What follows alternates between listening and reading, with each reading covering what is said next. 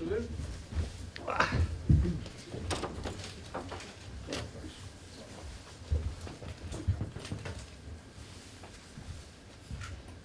on, folks. Hold on. Bear with me.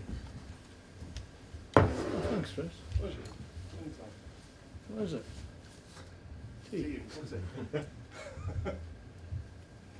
Far away. Sorry. Good afternoon, Mark. Good How are you afternoon. doing? All right. How are you? Very well indeed. People have said lots of nice things throughout your time here at Stoke, but after the game against Manchester City, everyone was united in thinking that that was perhaps the best performance under your tenureship. It was a level performance that we hope we're capable of on more than just one occasion, to be perfectly honest. Yeah, we had a level that was really satisfying. We felt for quite some time that that was the capability of the team.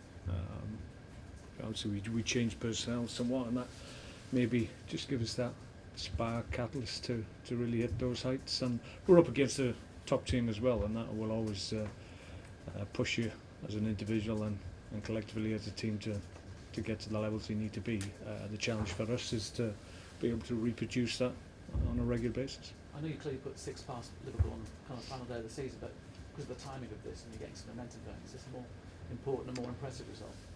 Yeah, I think so. I think it was the manner of the performance, I think, in terms of going toe-to-toe with top team in the Premier League at that point. So for us to take on that challenge and rise to it and take the game away from a very good Man City team, that gives us great encouragement and confidence going into a really strong period. So we hope that this is a period where we can really consolidate our position, hopefully get back into the top 10, because we feel that's what we are, a top 10 team.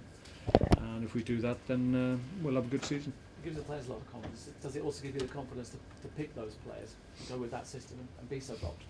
Yeah, I think so. I said before, it was obviously we changed it around somewhat in terms of personnel, and the makeup of the front three and the midfield three changed. Maybe people hadn't seen that formation or that lineup before, but it was something that I'd been thinking of quite some time, and it was just about making sure we picked the right game to do it, and then hopefully they perform, and thankfully that's what they did. Is it a sign that those three have kind of settled in? Yeah, it was always going to take time. I mean, Shaqiri's come to a new league, and I've said before, the Premier League take players aback. It's really strong. It's a forceful league, and if you're not used to it, it doesn't matter what level player you are and what level you've played at and what clubs you've played at. So the Premier League is a shock sometimes, and certainly that was the case with Marko Arnautovic, certainly with Bojan initially, maybe the same with Shaq, but you sense now that they have a much better understanding of what's required in the Premier League, and as a consequence of that, that's why they're playing well. You've got the Catalan press calling you Stoke Alona. You're changing perceptions. What do you make of that? I mean, it's nice to see that written down by people who know what they're talking about, isn't it? Yeah, I mean, there's an obvious interest in what we're doing here, what with the Catalan connection with Bojan and Marc Muniesa as well. So that's been there for quite some time. But I think they're pleased that Bojan, obviously, they've got great affection for him for his early part of his career and see him very much as one of their own. So they're really pleased when he's doing well, and as a consequence, we're doing well. Last season, when you got a big result, you struggled to then match it with one next. This season, you beat Chelsea, then beat Southampton. Is there a feeling that you can now kind of bounce from a big result to? Well, that's what we want to have the ability to do, if we're perfectly honest. And we've had big results, as you said, in the past, and maybe I'm backed it up. We stumbled somewhat against Sunderland only a week or so ago, so we're hoping now that we'll get that consistent level of performance over a longer period, and games where we kick ourselves after, really, when we don't get maximum points. Then those games and those situations are few and far between, because we really feel confident in the potential in the team, but it's about realising that potential now. I know everyone likes the start, but solidity is the thing that's really the basis, and I guess Ryan Shawcross is key to that. I know people talk about your keeper as well, but you know, in terms of we've got a good base at the moment. The back four with Jack behind it is very solid at the moment, playing well as a unit, and individually they're hitting good levels as well. So that gives you a real opportunity. You need that platform. If you don't have that defensive solidity, then it's very difficult to get positive results in the Premier League. So we're pleased how they're performing. Obviously, Ryan coming back into the fold has helped, certainly, but I think the other guys around him will deserve credit as well, because they've been playing well for a long time. And how much of a buzz are you getting out of it, that they're performing and doing what you want them to do? Yeah, when you talk about consistency and continuity, it's I've been here 2.5 years now, and I think that's helping us as well, because they understand what I want from them, so that we're getting to a point where we do things automatically rather than over-analysing them, overthinking things. We do things because we do work on the training ground, repetition of work, and that repetition enables you just to do things automatically, and that's when you start to become a really well-functioning team. If the more things you do automatically, then the better your game performance is usually. And next up, a West Ham team who probably should have done better at Old Trafford and had injuries then, and to have the same injuries now. Yeah, it looks like they're hurting somewhat with the injuries that they've had, certainly to their attacking players, who certainly start this season in fantastic form, and they looked a really strong unit. You look at the players that they have left, the Stoke are a very good team as well, so we know it's still a challenge. Going to West Ham away fixture in the calendar is always a difficult one. The fact that it's their last year at the bowling ground is something as well. They want to make sure they do really well in their home games, certainly this year, probably as much as any other year. So it's a challenge for us, and it's one we're looking forward to, because we're in good shape at the moment, and we're playing well. We're healthy. Most of the squad is available. So in terms of injuries, they're probably suffering more than we are. But it's all about being able to perform and getting a good performance out of everybody. Just a final point from me: did the City performance surprise your players in the right way? No, I think we've shown that potential sporadically. You mentioned the Liverpool game last season, so we showed a little bit of the potential then. But I think the circumstances of the City game was a little bit different. It's right in the middle of a very competitive season. It's not at the end of a season. Maybe from Liverpool's point of view, it's maybe a dead rubber to them. Certainly wasn't to us, because we were still trying to achieve things, and maybe those differences in attitude to that game was the reason we did so well. So there are fine margins in the Premier League, and you've got to be really on your mettle, making sure that everybody is playing well. If you don't, then you get beaten in the Premier League. So I think the group we've got now is really strong, really focused, and now we just got to work really hard to maintain it. We do that by playing well and winning games. Just a couple from me, Mark, if you wouldn't mind, just on a slightly different tack. I mean, obviously interested in Welsh football, steeped in Welsh football. What did you make of the sacking of Gary Monk this week at Swansea? It's always upsetting when a manager loses their role at a club, and certainly one where Gary obviously had a long history at his club, and it wouldn't have been a decision anybody at Swansea, given his long period of service at the club, it wouldn't have been a decision they took lightly, I'm sure. And he's shown certainly last year that he's got lots of attributes that will help him in his career in the future.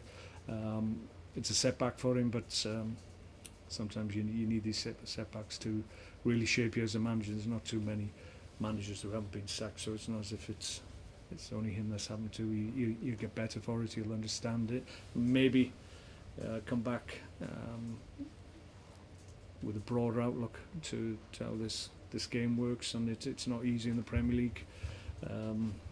I'm sitting here as manager of Stoke City after 2.5 years, and I'm the second longest manager in the Premier League, which is crazy. So it just shows you how volatile the game is at the moment. So it's sad for Gary, but having met him and gone up against him, I'm sure he'll come back very strong. Just going back to a point that James made about Spanish press sort of cooing over your performance, as someone that played out there, praise is hard to come by, isn't it, really? And that's probably one of the biggest compliments you could get, what they've written about you this week. Yeah, it's compliments are fine and when they deserved, which arguably they were, given the level of performance. So, yeah, we take them, but probably doesn't sit too comfortably with us at the moment because we're not used to it. Usually we fly underneath the radar and just get on with our business, and everybody else gets the plaudits while we try our best to get top half finishes, which we have done the last 2 years. So that's a challenge for us. If profile of what we're doing is raised, then we have to deal with that as well. So that'll be part of the challenge that we have ahead of us. You don't hear many people talking about long ball Stoke anymore. That perception has disappeared. Yeah, I think that's probably right. I think it's been 2.5 years of a lot of work, a lot of commitment, and the players deserve all the credit for that because it was no easy change that we've tried to do. But as I said at the beginning, when I first got the job here, always felt and I recognised very, very quickly that I had a good group of players that have potential to maybe play in a slightly different way and still be successful, and that's all we've built on. Thank you very much. Mark, no long ball football, but in an article in the Sentinel they described your lineup as completely different, obviously against Manchester City, as a massive gamble, a successful gamble, but still a massive gamble by Mark Hughes. Would you say a massive gamble? I don't think it was a gamble, given the quality of the players, and we change things around. We do that on occasions, but it's only a gamble in as much as maybe the perception was that maybe we needed a certain type of player to go up against a strong physical Man City team with a lot of power. So you need power players to match that, but sometimes you can crack an egg in a different way, and that's what we did.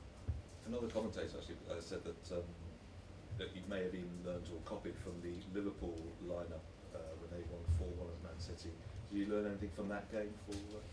Oh no, we looked as we always do, and it's exactly what we'll do with the game we're preparing for this weekend. Is that we look at previous games that the opposition we're going to play, previous games they've played, what they've done well, what they've done poorly, what their strengths, weaknesses, what can we exploit, and you build a game plan based on that knowledge, and that's all we did. I felt it was an opportunity. I felt we could maybe catch them out somewhat in terms of trying to play in their half, whereas more often than not they're more used to playing in the opposition half and getting their full-backs high. So a lot of the things we did was to negate their threats, and that worked well, and because we had quality players in the top end of the field, we could create ourselves as well. So it was a big problem for them. There's going to be all change against West Ham. I won't say that. You never know. You never know. Any injury problems? No, Peter Odemwingi's got a slight problem, as we know, with his hamstring. Everybody else is okay. Shea Gibbons still not available. That's about it, I think. Yeah, everybody else is okay. Mark, you're only 1 point behind West Ham in the league. There's a few teams, Palace, Liverpool, Everton, Watford, yourself, you're all within 1 point of each other. Does that show how competitive this early part of the season has been? Yeah, I think so. Certainly that group of mid-table clubs at the moment, that's a really strong group of teams. And they're all progressing. I'm sure they've all got the same ambitions that we have, and that's why the challenge is so big and so great for us. So we've got to rise to that and hopefully come out on top. A lot of good teams in the Premier League, as you know, but it's about seeing if we can get top of our pile if we can. And talking about being top of that pile, how important is it to get through the Christmas period with a few good wins under your belt? Yeah, there's a lot of games in close succession. We've got cup games as well that we're involved in, so the challenge is arguably more demanding this year than it ever has been. But if you look back to our Christmas period last year, it was a really strong period for us, and we came through into the new year having gone places, if I recall, going to Everton, which we have to visit again, get maximum points, and we had a really good return, and that really set us up for the second half of the season. So we're looking to do that again if we can, because we know it's important that we we have a good run now because of the amount of games we play, then you can really kick on. Is it a period you can look forward to because there's so many games and you can really get stuck I think it's a period that you have to get through. You have to navigate your way through as best you can and try and keep the freshness in the group. It's difficult. We play Saturday, Monday over the Christmas period, so that's a little bit unfair, you'd argue, especially when you don't have a game till Saturday. But obviously you're taking into account the bank holidays, so we have to play a Saturday, Monday. So maybe that's going to have a negative impact on people. But the way we lead into games, it helps us. We keep freshness in the team if we can, and touch wood at the moment our squad's healthy, so we'll need to use everybody. Just on your opposite number at the weekend, how do you feel these since he's come to the Premier League, it's a different league to come managing? Yeah, but he's been a player here, so he has a more of an insight than some managers that have come from different leagues and then get parachuted in, and then it's all a big surprise. Slaven knows this country well, so I think he's done really well. Like I said, the injuries at the moment are probably hampering what he really wants to do in terms of what the capability of his team is, but for his first managerial job in England, I think he's doing really well. You understand that obviously in last season and the season before you had periods where you had some quite big injuries and players who are out, Bojan for example. How difficult is it to keep performances going and keep the team going when you've got such big injuries like that? Yeah, it's not easy. You've got to make the best of it, but if your squad is strong together and has got the right talent within that squad, then you can cope. That certainly was the case last year. We had any number of injuries. At the moment, touch wood, we haven't had the same run on injuries, and we're thankful for that. But even so, because our squad was strong, even though good players went out of the team and out of the squad, we will still be able to cope because we had good players of a good level and good standard in the game that were able to come in and compensate. So it's about making sure that the makeup of your squad's correct, so that if you do get injuries to key players, you can still cope. Thank you. Mark, just double check on a couple. Crouch and Nunez. Oh yeah, Crouchy, of course. Crouchy's probably got another couple of weeks, I think. Yeah, he's still he was out with the physios this morning, actually, first time. So he's on track, but it's going to be a couple of weeks. And Nunez is. Mooney played last weekend for the under-21, so he came through that. He's trained all week, so he's fine. Yeah. Okay. Thank you very Thanks, much. guys. Thank you. No problem.